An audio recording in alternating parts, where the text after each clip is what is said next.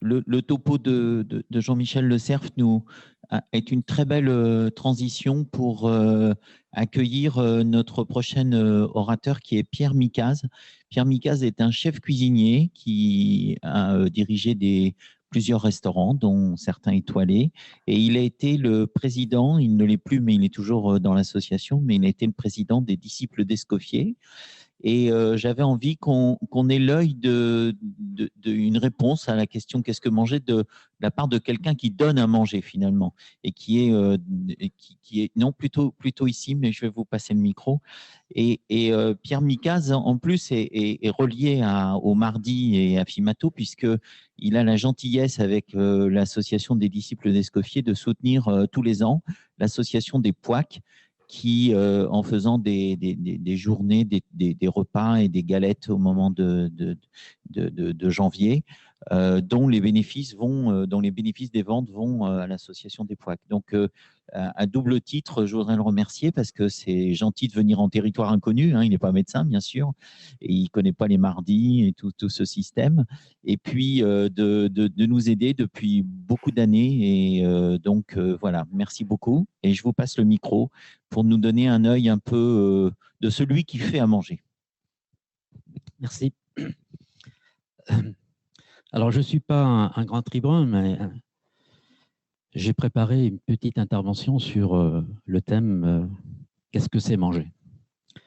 Mais avant tout, je voudrais une réflexion. J'ai écouté avec beaucoup d'attention tous les intervenants et je pense que les responsables, je ne sais pas si vous connaissez cette émission Top Chef, seraient bien inspirés de pouvoir inviter de temps en temps des gens comme on a eu l'intervention ce matin, parce que je pense qu'ils nous aideraient peut-être à mieux manger, à mieux comprendre. Et je pensais que ça allait être, c'est technique, mais je pensais que ce matin, j'allais pas très bien comprendre tout ce qui allait se dire. En fin de compte, c'est très passionnant et avec des mots simples, j'ai compris beaucoup de choses. Voilà.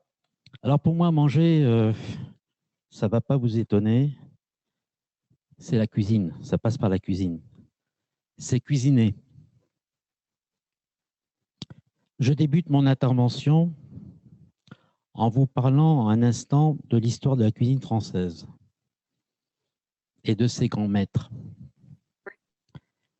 Sous l'influence de Carême, roi des cuisiniers et cuisinier des rois, la cuisine française était luxueuse, fastueuse, décorative. Elle utilise et combine des produits rares et chers, foie gras, truffes, asperges, filets de bœuf, faisans, bécasses, langoustes. Au XIXe siècle, consacre la salle à manger en tant que pièce autonome pour prendre les repas, pièce spacieuse, décoration soignée, beau lustre, table en acajou, intégrant le savoir-vivre à la française. Les matières de table adoptent, à la fin de ce siècle, le service à la russe, c'est-à-dire que les plats sont successivement présentés. Une grande attention est apportée au service de la table, aux différents types de vaisselle, de la verrie fine, du cristal. Le linge de maison doit être bien blanc, y compris les broderies. À partir de cette époque, notre cuisine française ne cesse de se codifier. Et elle devient accessible à toutes les ménagères en faisant l'objet de nombreux succès d'édition. Les chefs, les maîtres d'hôtel réglementent et écrivent les bonnes pratiques culinaires. Dans cette continuité, Auguste Escoffier, au début du XXe siècle, sera le grand codificateur de la cuisine en publiant le Guide culinaire en 1901. Aujourd'hui, il est et reste le guide référent de notre cuisine classique à la française. Dans toutes les écoles hôtelières, il est le guide. Ce savoir-faire, toute cette mémoire est consultable, étudiée, appliquée, copiée, utilisée. Elle est un patrimoine unique au monde. L'art culinaire à la française m'a séduit. J'ai souhaité en faire mon métier, ma passion. Je me présente, Pierre Miécaz, cuisinier de métier. Mon initiation à manger a débuté dès mon plus jeune âge auprès de ma grand-mère, au cœur des montagnes du Cantal, dans une ferme où le lait, les légumes, les fruits, les volailles se trouvaient à quelques pas de la maison familiale. Le local, le bio, manger en priorité des légumes, partager le repas en famille, était une obligation et une habitude. Ensuite, mes parents m'ont élevé à Paris, dans une brasserie où les produits de qualité étaient traités simplement. Mon éducation culinaire, jusqu'à mon entrée à l'école hôtelière de Paris, m'a écarté de la cuisine à l'huile d'olive, du poisson de mer, des coquillages, des épices, des légumes méditerranéens, des fruits exotiques, bref, de tous ces produits du voyage. Ma formation culinaire, les stages et mon parcours de jeune cuisinier m'ont fait découvrir que manger, c'est plus qu'un plaisir, c'est également un art. J'apprends en premier la cuisine, la grande cuisine française classique, et rapidement, je découvre la cuisine nouvelle des années 1980.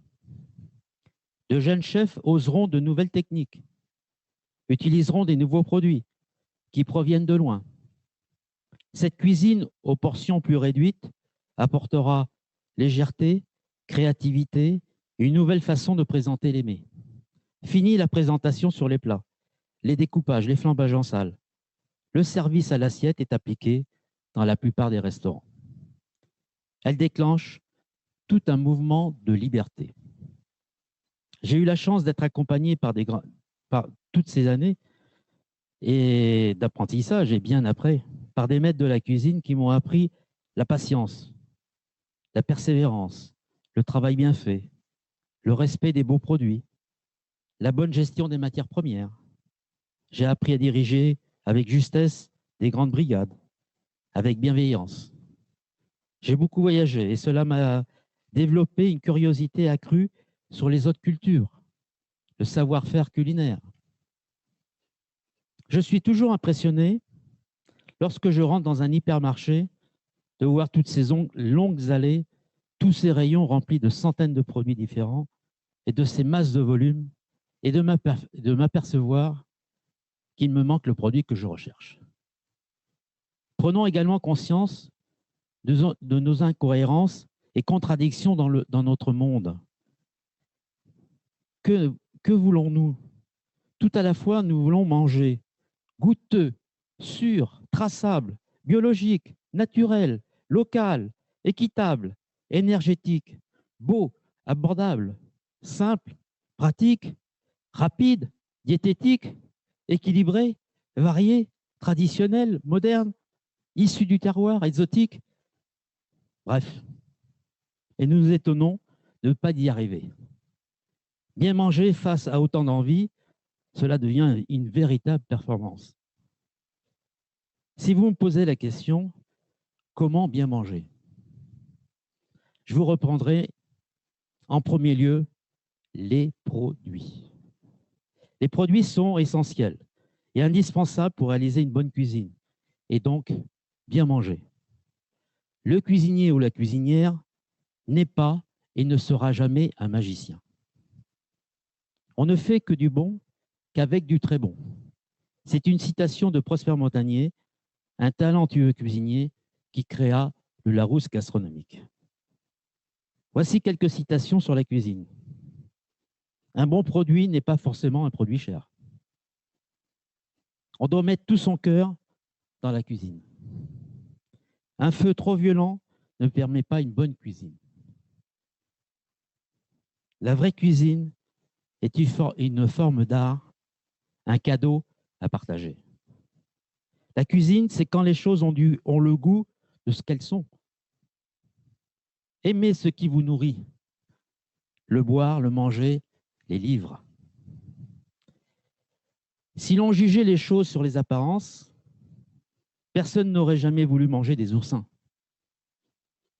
Paul Bocuse, notre meilleur ambassadeur pour les cuisiniers, aimait répéter classique ou moderne, il n'y a qu'une seule cuisine, la bonne. Un célèbre cuisinier du XXe siècle a écrit et prôné pour que bien manger, il faut des produits frais de première qualité, des produits naturels, un air sain et bien ventilé, une propreté irréprochable, confectionner des recettes en se hâtant lentement, avoir de la passion et porter une grande attention à la réaliser et ne jamais oublier ses fondamentaux. Aujourd'hui, rien n'a changé. Toutes ces préconisations sont d'actualité. Nous sommes ce que nous mangeons. Manger en France, c'est donc d'abord manger comme un Français. Ce que le reste du monde nous envie puisque nous sommes le pays de la gastronomie. Songeons que l'UNESCO a inscrit le repas gastronomique français dans sa liste du patrimoine mondial. Ce repas met l'accent sur le fait d'être bien ensemble, le plaisir du goût, l'harmonie entre l'être humain et les productions de la nature. Parmi ces composants importantes figurent l'achat de bons produits, de préférence locaux, le savoir-faire culinaire français, des recettes codifiées par des grands maîtres, Escoffier, Joseph Fabre, Antonin Carême, Prosper Montagnier, Bocuse, Verger, Robuchon, Ducasse et bien d'autres. Le mariage entre mets et vins, la décoration de la table. Oui, on peut très facilement mal se nourrir, comme on peut aisément bien manger. Les techniques d'aujourd'hui de transport, de conservation, de distribution permettent de consommer pratiquement tous les produits tout le long de l'année. Je préconise et défends les produits frais, de saisonnalité. Ils sont à légitimer et à recommander en priorité. Ils ont un goût bien meilleur. Ils coûtent bien moins cher lorsqu'ils sont achetés au meilleur moment de la saison. Avez-vous comparé le prix au kilo des carottes râpées prêtes à manger, vendues en barquette, et le prix des carottes pleines terre de nos paysans français? Les râpés industriels sont gustativement moins bonnes, mauvaises pour la santé, et au moins 4 fois plus chères. Ah oui, il y a un petit travail. Il faut les laver, les peler, les râper et réaliser une vinaigrette maison. Mais quelle différence! Les tendances de consommer des produits frais, locaux, de saison, bio, se confirment et deviennent une habitude durable pour de nombreux consommateurs. Aller faire ses courses sur les marchés n'est pas une mode, mais un moyen régulier de trouver de bons produits frais et redevient un réel plaisir. Un gros problème qui n'est pas que français, cette course effrénée au coût bas et la surconsommation à un prix. L'augmentation des maladies liées à la malbouffe, du diabète, des troubles cardiovasculaires, des cancers et bien évidemment aussi du surpoids.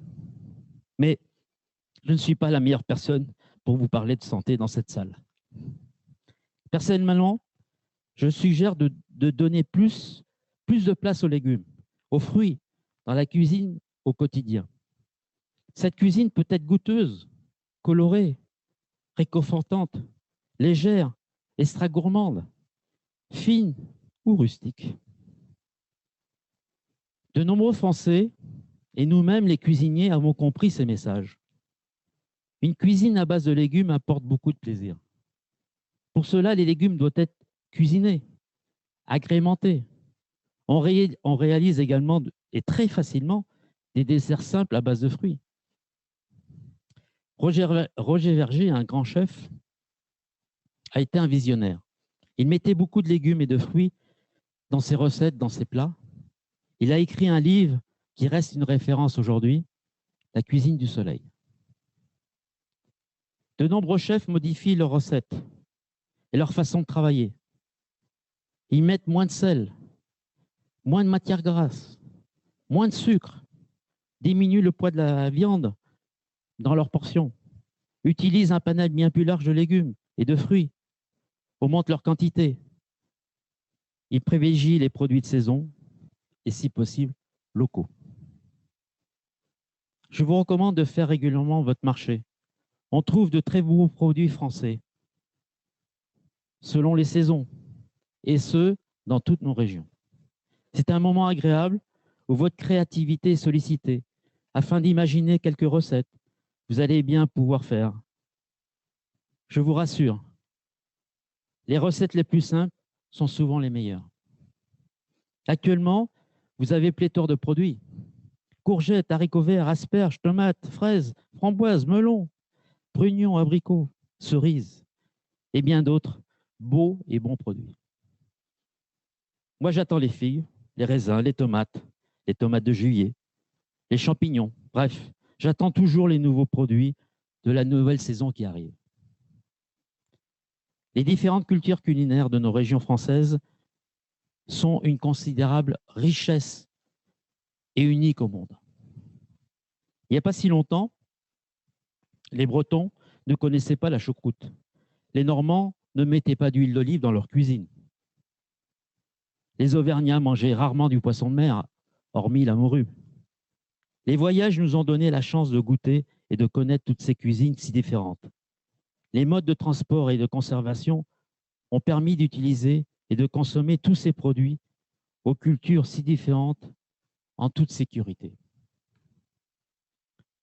Bien que tous les pays du monde aient adopté le double McDo, la pizza, le kebab et plus récemment les sushis, nous devons défendre et consommer nos soupes, notre pot-au-feu riche en légumes, notre bourguignon, le sandwich jambon beurre, la quiche lorraine, le cassoulet ou nos poireaux vinaigrettes, le Paris-Brest, le clafoutis aux cerises avec ses noyaux, le pain perdu de nos grands-mères et bien d'autres spécialités ou tout simplement les produits de nos agriculteurs français.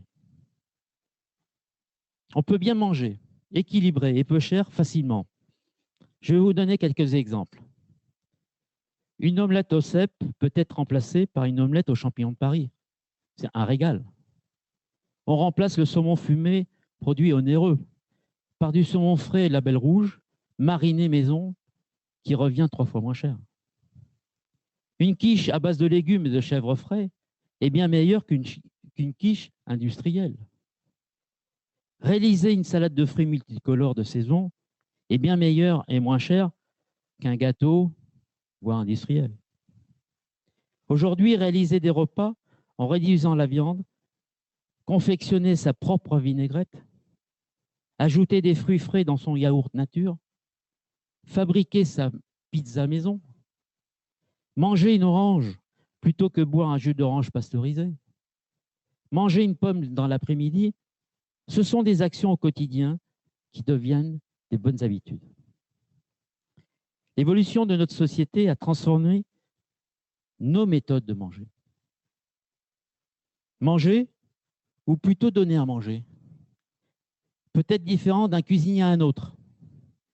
Un cuisinier qui officie dans une école va apporter une éducation à manger sainement équilibrée à un enfant, aux enfants. Un cuisinier qui travaille dans un hôpital va apporter un moment de plaisir très attendu par le patient dans un environnement hostile et angoissant. Un cuisinier qui travaille dans un restaurant de quartier va apporter des notions de convivialité, de partage, avec une cuisine simple et bonne. Un cuisinier dans une maison de retraite va offrir le plaisir de manger différemment, des produits mous, mixés, cuits longuement, à base de recettes souvenirs. Un cuisinier qui œuvre dans une brigade d'un restaurant gastronomique va apporter des découvertes gustatives dans un joli cadre, dans un moment privilégié. Un cuisinier qui opère dans un foyer pour personnes en grande difficulté va faire disparaître la notion de la faim pour un moment et apporter un peu d'espoir. Manger, c'est aussi partager un moment particulier avec les autres. Famille, amis, amoureux, collègues, copains, clients. Le repas du dimanche, les repas d'affaires ou le dîner aux chandelles, le repas de fête sont des occasions de se rencontrer, de se retrouver, d'échanger, de faire connaissance, de se confier, de s'amuser, de négocier, de réfléchir, de séduire et de faire la paix. Bref, il peut se passer beaucoup de choses autour d'une table. L'acte de manger a beaucoup d'implications sociales et affectives. On mange seul, rarement par goût, mais par nécessité ou par obligation. Un enfant n'aime pas manger seul. Les personnes âgées et isolées perdent l'appétit à cause de la solitude. Posons-nous cette question toute simple.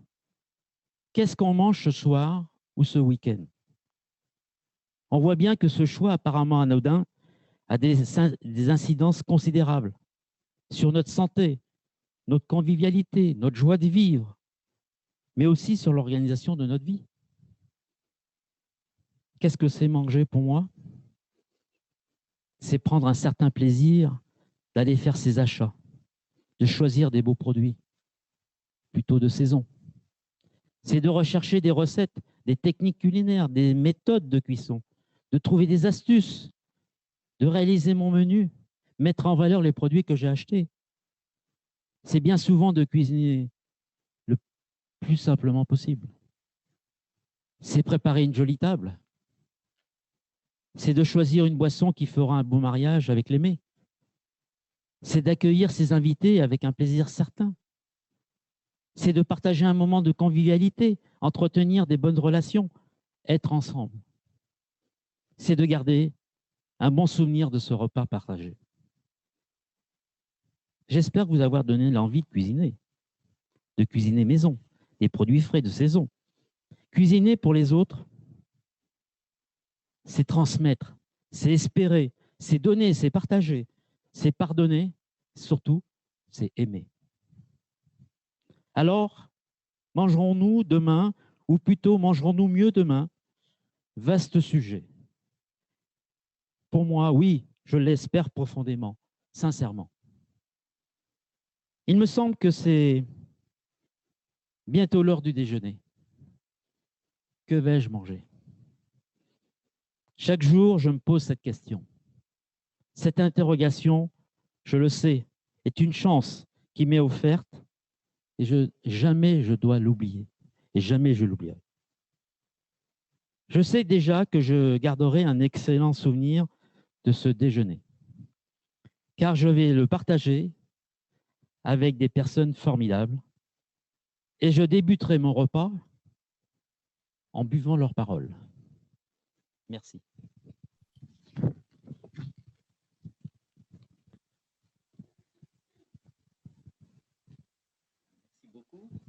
Je ne sais pas s'il y a beaucoup de questions. En tout cas, on vous remercie. Oui. Non, je pense qu'on a des fricadelles à midi. Mais moi, je voulais vous dire que les interventions ce matin, D'accord. Je voulais vous dire que les intervenants, les gens qui sont intervenus ce matin, j'ai retrouvé beaucoup de messages que je souhaitais passer lors de mon intervention. Et je pense qu'on parle de la même chose. C'est-à-dire manger, c'est du plaisir, mais le plaisir partagé. C'est des produits, des bons produits. Aujourd'hui, on a la chance de pouvoir avoir le choix en France d'avoir d'excellents produits. Maintenant, c'est une éducation. Et nous, les cuisiniers, on a une part très importante dans la transmission, dans la connaissance de bien manger. Et je pense que quand je dis les cuisiniers, ça peut être aussi la ménagère, enfin, ou ça peut être un homme qui transmet à ses enfants comment bien manger. Et pour finir, je dirais que c'est une question d'équilibre, comme la vie. C'est-à-dire qu'on peut manger de tout, et ce qui est important, c'est de manger équilibré. Et c'est une éducation. Je pense que essentiellement, c'est une éducation à apprendre. Je ne sais pas si Michel veut intervenir. Oui, j'aimerais bien intervenir d'abord pour remercier ce cuisinier qui montre bien que nous sommes tous en phase et cependant l'interpeller sur le fait que le repas à la française a été mis à l'honneur par l'UNESCO, parce que je m'interroge sur l'intérêt de ce repas à la française, surtout si le menu n'a pas été présenté à l'avance. Et pourquoi je me pose cette question? C'est parce que les scientifiques, entre autres mon collègue Didier Chaplot, a montré que la leptine intervenait sur la quantité ingérée au premier plat du repas, mais ne semblait plus intervenir sur la quantité ingérée, ne serait-ce qu'au deuxième plat. C'est comme si notre physiologie était faite pour bien adapter les quantités ingérées, mais uniquement sur un seul aliment. Un peu comme si nous étions des animaux et qu'à chaque fois qu'on mange, on a un seul aliment. Et du coup, je m'interroge, peut-être qu'il serait indispensable d'avoir un menu qui nous présente l'intégralité du repas avant de commencer à manger chacun des aliments, un peu comme font les Asiatiques quand ils présentent tous les plats du repas sur la table dès le début du repas. Voilà, je m'interroge. Nous, cuisiniers, donc, on a plusieurs façons de présenter nos menus. Soit on les présente sur une carte, soit on ne les présente pas et puis on les impose. Et de plus en plus, vous voyez, dans les restaurants, c'est des menus un peu découvertes où on ne vous dit pas ce que vous allez manger. On vous dit simplement si vous avez des problèmes sur certains produits que vous ne mangez pas, et à ce moment-là, ils retirent ces produits-là. Mais si vous voulez, on a notre savoir-faire français, il est différent que les Asiatiques. Quand vous allez au Japon, tous les plats sont présentés en plastique et ils sont très réalistes, hein. Donc, vous choisissez à l'œil. Il n'y a pas d'odeur, mais à l'œil, vous voyez le plat qui vous fait le plaisir. Donc, vous avez la carte, il n'y a pas de titre, mais c'est des assiettes en plastique qui représentent le plat. Alors, il y a multiples façons de présenter les menus. Voilà, je ne peux pas vous dire autre chose dans ma réponse. Oui. Oui. Alors, aujourd'hui,